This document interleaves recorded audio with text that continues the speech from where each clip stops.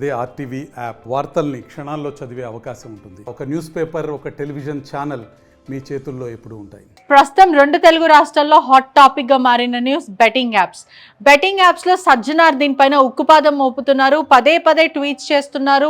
ఒకవైపు బయాసని యాదవ్, దాని తర్వాత లోకల్ బాయ్ నాని, ఆ తర్వాత ఇప్పటికి చూస్తే కూడా హర్ష సాయి పేరు కూడా వినిపిస్తుంది. అంటే ఒక పర్టికులర్ ఇండివిజువల్ పర్సన్ ని నేను టార్గెట్ చేయట్లేదు అంటూ సజ్జనార్ చెప్తున్న పరిస్థితి కనిపిస్తుంది. కానీ ఏమైనప్పటికీ కూడా ఒక ఇండివిజువల్ పర్సన్ ని టార్గెట్ చేస్తున్నారా, లేకపోతే వ్యవస్థని టార్గెట్ చేస్తున్నారా, లేకపోతే ప్రభుత్వాన్ని మేలుకొల్పుతున్నారా, లేకపోతే ఏంటి అంటే ఏం జరుగుతుందనేది కూడా తెలియని కన్ఫ్యూజన్ అయితే ప్రస్తుతం ఉంది. ఎందుకంటే ఒక ఇన్ఫ్లుయెన్సర్స్ అంటే ప్రతి గల్లీకి ఒక యూట్యూబర్ అయ్యారు. కొత్త కాన్సెప్ట్స్ తోని యూట్యూబ్ రన్ చేస్తున్న పరిస్థితి కనిపిస్తుంది. అంటే ప్రధాన టార్గెట్ యూట్యూబర్స్ మాత్రమేనా, లేకపోతే బుల్లితర మరి వెండితరం ఉన్న యాక్టర్స్ అందరా అనేది కూడా ఒక క్వశ్చన్ మార్క్ మారింది. ఇది ఒకటే కాదు, అనేక మంది అంటే మంచు లక్ష్మి, సోను సూద్, చాలా మంది కూడా బెట్టింగ్ యాప్స్ ని ప్రోత్సహిస్తున్నారు. ఇప్పటికీ కూడా సుడిగాలి సుధీర్ ఒక ఆహా అనే ఒక ఛానల్లో కూడా అతను యాప్ల ద్వారా కూడా బెట్టింగ్ యాప్స్ ని కూడా ఎంకరేజ్ చేస్తున్న పరిస్థితి కనిపిస్తుంది. అంటే వీళ్ళ మీద మాత్రం యాక్షన్ ఉండదా, ఓన్లీ యూట్యూబర్స్ మీదనే, చిన్నపాటి యూట్యూబర్స్ మీదనే యాక్షన్ ఉంటుందా? అసలు ఏంటి? మనతో పాటు సామ్రాట్ ఉన్నాడు, రవి అనే వ్యక్తి. గతంలో అనేక సార్లు ఈ బెట్టింగ్ యాప్స్ మీద పోరాటం చేశారు, అనేక సార్లు మాట్లాడారు. హాయ్. ఏంటి ఇప్పుడు ఇది ఏ విధంగా చూడాలంటే, ఫస్ట్లీ సజ్జనార్ గారు ఒక ఇండివిజువల్ పర్సన్ని టార్గెట్ చేయట్లేము, ఓన్లీ అందరినీ టార్గెట్ చేస్తున్నాం అన్న విధంగా చెప్తున్నారు. ఇది ఏ విధంగా చూడాలి? సో సార్ అట్లా చెప్తున్నారు కానీ ఇండికేషన్స్ అయితే అట్లా వెళ్ళట్లేదు. సో మీరు చూసే లాస్ట్లో ఇది సుడిగాలి సుధీర్ కానీ, అలీ గారు కానీ, lot of film stars, Vijay Deverakonda కానీ, వీళ్ళందరూ కూడా బెట్టింగ్ యాప్స్ ప్రమోట్ చేశారు అండ్ ఇంకా చేస్తూనే ఉంటారు. సో అండ్ రీసెంట్గా ఒక పోస్ట్ చూశాను అనమాట, ఇవాళ మార్నింగ్ ఒక పోస్ట్ చూశాను. హర్ష సాయి మీద కేసు అని క్వాష్ అయిన ఒక పిటిషన్ని, క్వాష్ హైకోర్టు, హానరబుల్ హైకోర్టులో క్వాష్ అయిన ఒక ఫైల్ని ఆయన చేస్తున్నారు. ఇది క్లియర్ ఇండికేషన్ ఏమనిపిస్తుంది అంటే సజ్జనార్ గారిని తప్పుదోవ పట్టిస్తున్నారు వాళ్ళ పర్సనల్ ఎజెండాలో. అండ్ పర్టికులర్గా నాన్ వెజ్ ఇంకా మిగతా, ఇప్పుడు నాకు మీ మీద కోపం ఉంది అనుకోండి, పెట్రోల్ విషయం మీద నేను సజ్జనార్ గారికి చెప్తే ఆయన ఇన్నోసెంట్గా దాన్ని పబ్లిష్ చేస్తున్నారు. దీనివల్ల ప్రజల్లో రాంగ్ అంటే నాన్ వెజ్ డైరెక్షన్ లో సజ్జనార్ ఆడుతున్నారు అంటారా? This a big word you are telling. అంటే అసలు యాక్చువల్ గా నాన్ వెజ్ ఏం చేస్తున్నాడు అంటే, ఇప్పుడు బయాసని యాదవ్ కి ఆయనకి, లేకపోతే రవి తెలుగు ట్రావెలర్ కి ఆయనకి, లేకపోతే హర్ష సాయికి ఆయనకి ఏమైనా ప్రాబ్లం ఉంది అనుకోండి, పాపం సజ్జనార్ గారి షోల్డర్ యూజ్ చేసుకుని ఆయన ఫైర్ చేస్తున్నాడు. గతంలో రైవల్స్ అయ్యాయి, అందరూ చూసారు, యూట్యూబర్స్ లో బహిరంగ తిట్టుకున్నారు. ఇక్కడ కాజ్ అన్నది డీవియేట్ అయిపోతుంది. అదే సజ్జనార్ గారు ఇప్పుడు దీనికి పెద్ద రీసెర్చ్ కూడా అవసరం లేదు. ఇదేంటి కాగ్నిజబుల్ క్రైమా, నాన్ కాగ్నిజబుల్ క్రైమా? కాగ్నిజబుల్ క్రైమ్ అయితే దీన్ని ఇట్లాంటి, ఇప్పుడు వీళ్ళకి ఈ 14 days జైలు, లేకపోతే ఒక 1 day జైలు, లేకపోతే ఈ 41A నోటీసులు, ఇట్లాంటివి అలవాటు చేసేస్తున్నారు. సజ్జనార్ గారు ప్రతి ఒక్కరి మీద ఒక ఎఫ్ఐఆర్ రిలీజ్ అవుతుంది, పోయి 41A తెచ్చుకోండి అంటే ఒక పాంప్లెట్ లాగా అయిపోతుంది ఇక్కడ చట్టం. అదే సివియారిటీ మీద బెట్టింగ్ యాప్ ఓనర్స్ మీద, పరిమ్యాచ్ ఓనర్ మీద, లేకపోతే వన్ విన్ ఓనర్ మీద, there are so many sites.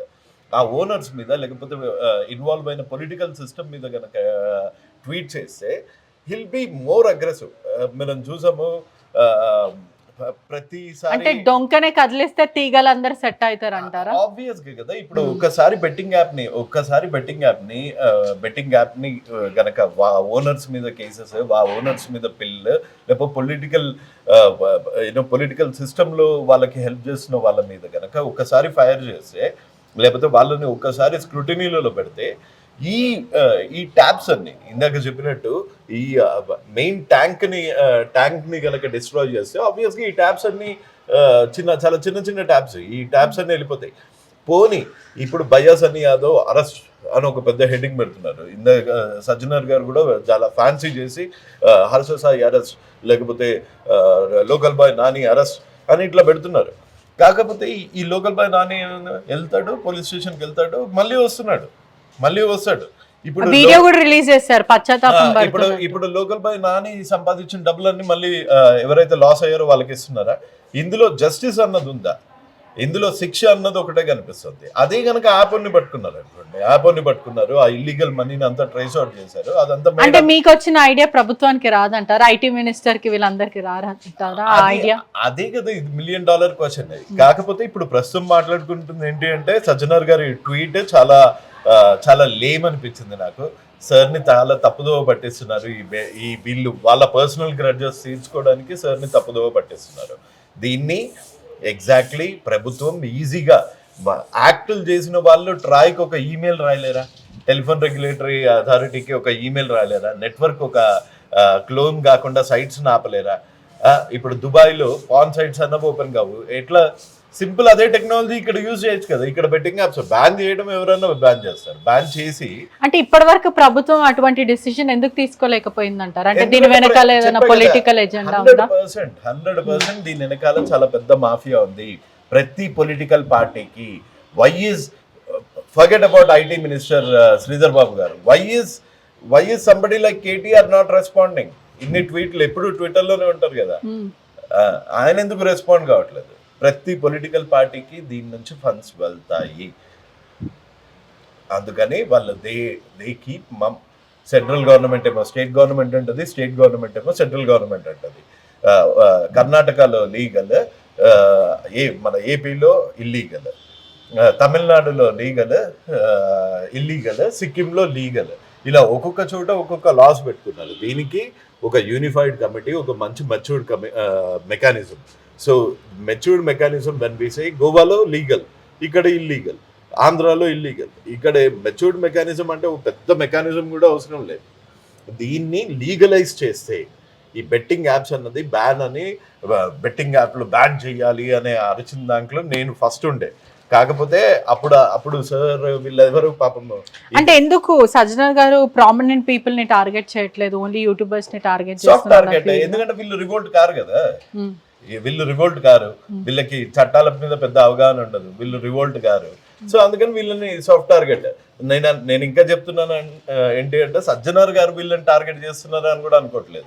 Sajjanar గారి ప్యూర్ ఇంటెన్షన్ ఏదైతే ఉందో, బెట్టింగ్ యాప్స్ ని ఆపేద్దాము అన్న ప్యూర్ ఇంటెన్షన్ ని ఈ నాన్ వేషణ లాంటి వాళ్ళు ఆసరాగా తీసుకుని, అంటే ఒక నాన్ వేషణ మానిటర్ చేస్తే ఒక ఐపీఎస్ సీనియర్ ఆఫీసర్ దాంట్లో లొచ్చులో పడతారా? అందుకే చెప్తున్నా కదా, ఎంత లేమ్ గా ఒక క్వాష్ అయిన ఎఫ్ఐఆర్ కాపీని అంటే అసలు అతను తప్పే లేదా? ఎవరిది? హర్ష సాయిది బెట్టింగ్ యాప్స్ ని ప్రమోట్ చేయలేదా? బెట్టింగ్ యాప్స్ ప్రమోట్ చేసే ప్రతి ఒక్కళ్ళది తప్పే. ఏ పరంగా కాస్ట్ తెచ్చుకున్నాడు అతను? ఏది? హర్ష సాయి. మనకు చట్టాలు లేవు కదా, చట్టాలు చేయాల్సింది ఎవరు? చట్టాలు చేయాల్సిన వాళ్ళని అడగాలి, ఉన్న చట్టాలను ఇంప్లిమెంట్ చేయలేని వాళ్ళని అడగాలి. క్వాష్ తెచ్చేసుకున్నాక ఇప్పుడు ఆ జడ్జిమెంట్ గురించి మనం మాట్లాడకూడదు. రిజాల్వ్ అయిపోయిన అంటే క్వాష్ అంటే కొట్టేసిన కేసుని మనం ఇప్పుడు మళ్ళీ ఎలా ప్రొజెక్ట్ చేస్తాం? అసలు అది నాకు తెలిసి అది ఒక లాంటి తప్పు కూడా యాక్చువల్గా. అట్లా ఎట్లా క్లీన్ చీట్ ఇస్తారు అని కోర్టులని ప్రశ్నించే అధికారం మనకి లేదు. మొత్తం మీద మీరు ఫైనల్ గా ఏం చెప్తారు అంటే ప్రతి ఇంటింటికి బెట్టింగ్ యాప్స్ కానీ బెట్టింగ్ ఆడే వాళ్ళు బెట్టింగ్ యాప్స్ ని లీగలైజ్ చేయాలి. కొన్ని ప్రామినెంట్ లీగలైజ్ చేయాలి. లీగలైజ్ చేస్తేనే దాన్ని రెగ్యులేట్ చేయొచ్చు. లీగలైజ్ చేయకపోతే బ్యాన్ అన్నది ఇంపోజ్ చేసి ఇలా విచ్చలవిడిగా వదిలేస్తే మీరు చూడండి, ఎక్కువ సూసైడ్స్ మన తెలుగు స్టేట్స్ లోనే ఎందుకు అవుతాయి అంటే మన దగ్గర ఇల్లీగల్ యాప్స్ ఎక్కువ. లీగల్ దాంట్లో ఒక రెగ్యులేటరీ ఉంటుంది. మీకు ఒక 10 లక్షలు పోయాయి అంటే మొన్నటి వరకు అసలు బెట్టింగ్ యాప్స్ నే బ్యాన్ చేయాలని చెప్పిన సామ్రాట్ ఇప్పుడు ఎందుకు కొన్ని మాత్రమే లీగలైజ్ చేయాలని మాట్లాడుతున్నారు? తెలివి లేనప్పుడు ప్లగ్ లో ఏళ్ళు పెడతాము. తెలుగు వచ్చిన తర్వాత అంటే హర్ష సాయితో ఏమైనా కుమ్మక్కయ్యారా లేకపోతే ఏంటి? ఎగ్జాక్ట్లీ అదే చెప్తున్నా కదా, తెలివి లేనప్పుడు ఒక హర్ష సాయిని ఆపితే మొత్తం ఆగిపోతుంది, ఒక ఇమ్రాన్ ఆపితే ఆగిపోతుంది, లేకపోతే ఒక ఇప్పుడు వచ్చిన నాలెడ్జ్ మీకు అప్పుడు రాలేదా? అప్పుడు రాలేదనే కదా చెప్తున్నది నేను. ఇప్పుడు మీకు దెబ్బలు తగులుతేనే యూ లెర్న్. సో ఒక ఇండివిజువల్ ని ఆపితే ఏమొస్తుంది? మహా అంటే ఇప్పుడు హర్ష సాయి కూడా మళ్ళీ ఒకసారి వెళ్ళి జైలుకి వెళ్ళేసి వచ్చింది అనుకోండి, ఏంటి దానివల్ల ఎవరి పర్సనల్ విక్టరీ? అది బెట్టింగ్ ఆగిపోతుందా? ఈ రోడ్ల మీద పైసలు వేసే చిల్లరగా ఆగిపోతారా? లేకపోతే పైసలు ఇట్లా ముందు పెట్టి బెట్టింగ్ యాప్స్ ని టెలిగ్రామ్స్ లో ప్రమోట్ చేసే వాళ్ళు ఆగిపోతారా?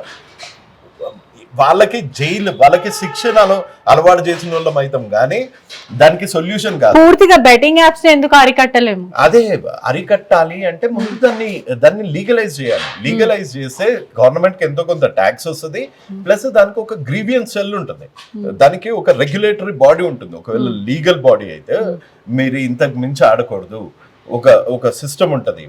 వాడి పే స్టబ్ చూస్తారు, వాడి పాన్ కార్డు చూస్తారు, వాడి రిటర్న్స్ చూస్తారు, వాడి ఆధార్ కార్డు చూస్తారు. ఓకే, ఇక్కడ వరకు వీడు ఆడచ్చు. అసలు ఆడడం ఎందుకు? డబ్బులు పోతున్న దగ్గర. సో దేనికన్నా ఇప్పుడు దేనివన్నా ఇప్పుడు మందు ఉంది. మందు అన్నది మీకు వైన్ షాప్ లో కొనడం బెటరా, లేకపోతే ఎక్కడన్నా సారా గాచటం దగ్గర కొనడం బెటరా? సో తాగేటోడు ఎట్లన్నా తాగుతాడు, ఆడేదో ఎట్లన్నా ఆడతాడు. వానికి లీగల్ అయితే ఏంది, ఇల్లీగల్ అయితే ఏంది. ఇల్లీగల్ ఆడి చచ్చిపోయే బదులు లీగల్ ఆడితే కనీసం ఒక 10 ఏళ్ళు బతికి వస్తాడు అంతే. ఆడటము లేకపోతే బెట్టింగ్ని ప్రోత్సహించాలి అనట్లేదు, లీగలైజ్ చేస్తే రెగ్యులేట్ చేయడము. ఇది కొంచెం ఏంటంటే చదువుకున్న వాళ్ళకి ఈజీగా అర్థమవుతుంది. అందరినీ లేపేయాలి, బెట్టింగ్ ప్రమోట్ చేసిన వాళ్ళు అందరినీ లేపేయాలి, వాళ్ళని అందరినీ ఎన్కౌంటర్ చేయాలి, వాళ్ళని అందరినీ జైల్లో పడేయాలి. ఇదే మైండ్ సెట్ నాకు కూడా ఉండింది కొన్ని రోజులు. కానీ ఎప్పుడైతే దాన్ని ఇన్లో చూస్తే, ఇప్పుడు బయ్యా సన్నీ యాదవ్కి ఒక చట్టము, మంచు విష్ణుకి ఇంకో చట్టము లేదు, హర్ష సాయికి ఒక చట్టము, సోను సూద్కి ఒక చట్టము లేదు. చట్టం అందరికీ. ఎందుకు ఇటువంటి పెద్ద పెద్ద సెలబ్రిటీస్ ని ఎందుకు టార్గెట్ చేయకపోతే? ఎందుకంటే వాళ్ళు రివోల్ట్ అవుతారు, వాళ్ళకి ఎంతో కొంత చట్టాల మీద అవగాహన ఉంటుంది, వాళ్ళు రివోల్ట్ అవుతారు. వీళ్ళు సాఫ్ట్ టార్గెట్స్ కదా, వీళ్ళని థంబ్నెయిల్స్ లో పెట్టి జైల్లో పెట్టినా, వీళ్ళ మీద ఇష్టం వచ్చినట్టు మాట్లాడినా, వాళ్ళ అమ్మ అయ్యని తిట్టినా, వాళ్ళ చిన్న పిల్లల్ని తిట్టినా ఎవడు అడగడు, క్వశ్చన్ చేయడు. ఫైనల్ గా ప్రభుత్వానికి ఏం చెప్తారు? ప్రభుత్వానికి చెప్పేంత ఉందో లేదో నాకు తెలియదు, కానీ నేను సజ్జనార్ గారికి అయితే చెప్పాలనుకుంటున్నాను. Sir, you are being misguided because ఈ అన్వేషణ లాంటి వాళ్ళు చాలా మంది, కొంతమంది మీ వెనకాల చేరి వాళ్ళ వ్యక్తిగత కక్ష తీర్చుకుంటున్నారు. అట్లా చేయకండి, మీరు అట్లాంటి దానికి మీరు సపోర్ట్ చేయకండి, ఆ లాంగ్వేజ్కి మీరు సపోర్ట్ చేయకండి. మీరు ఒక honest police officer and my father's favourite police officer to. So నేను మీకు అడ్వైజ్ అనుకోకండి, లేకపోతే ఒక చిన్న రిక్వెస్ట్ అనుకోండి. మీరు ఈ బెట్టింగ్ యాప్స్ ప్రమోట్ చేసే top level celebrities and betting app ని నిర్వహించేది, దాన్ని రెగ్యులేటరీ ఆహా టీవీ, అల్లు అరవింద్ గారు ఆహా టీవీలో మోస్ట్ బెట్ అనేస్తారు. మీకు చూపిస్తాను ఒక వీడియో. సుడిగాలి సుధీర్ ఇదిగోండి.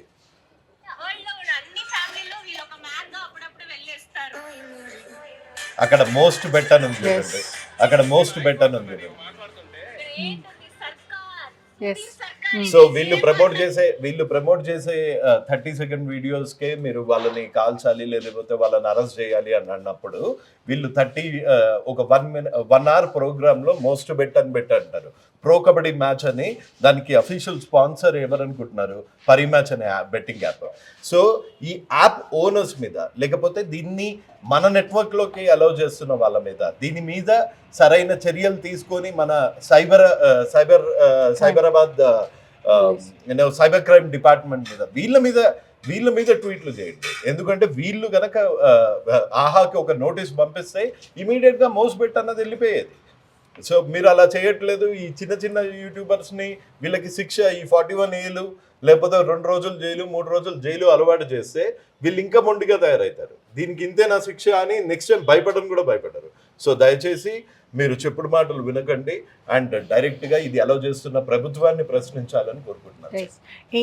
పూర్తిగా చూసుకుంటే కూడా ఎవరైనా సరే బెట్టింగ్ ఆడకూడదు అని అందరూ కూడా మాట్లాడడం జరుగుతుంది. Say no to betting apps. ఇదే కాకుండా ప్రభుత్వం కూడా ఖచ్చితంగా దీని మీద స్పందించాలి. మరోవైపు బెట్టింగ్ యాప్స్ ఎవరైతే కండక్ట్ చేస్తున్నారో దీని ఓనర్స్ ఎవరో వీళ్ళ మీద నోటీసులు పంపించడం, ఒకవైపు ఒక అడ్డుకట్ట వేయడం కూడా ప్రభుత్వం ఒక వంతు. ఇప్పటివరకు ప్రభుత్వం నుంచి బెట్టింగ్ యాప్స్ నుంచి ఒక అవేర్నెస్ క్యాంపెయిన్స్ జరుగుతున్నాయని చెప్తారు, కానీ ఎక్కడా కూడా అంటే ఇటీవల కాలంలో సైబర్ క్రైమ్ మనం ఫోన్ చేస్తే కూడా సైబర్ నేరగాలు అని వస్తున్న ప్రభుత్వం ఇటువంటివి చేస్తూ ఉన్నారు. కాబట్టి ఖచ్చితంగా బెట్టింగ్ యాప్స్ నుంచి కూడా అవేర్నెస్ క్యాంపెయిన్స్ రావాలి. Please do not play betting apps. మరిన్ని వీడియోస్ కోసం ఛానల్ ని సబ్స్క్రైబ్ చేయండి. లేటెస్ట్ అప్డేట్స్ కోసం వాట్సాప్ ఛానల్ ని ఫాలో అవ్వండి. ఆ లింక్ డిస్క్రిప్షన్ లో ఉంది.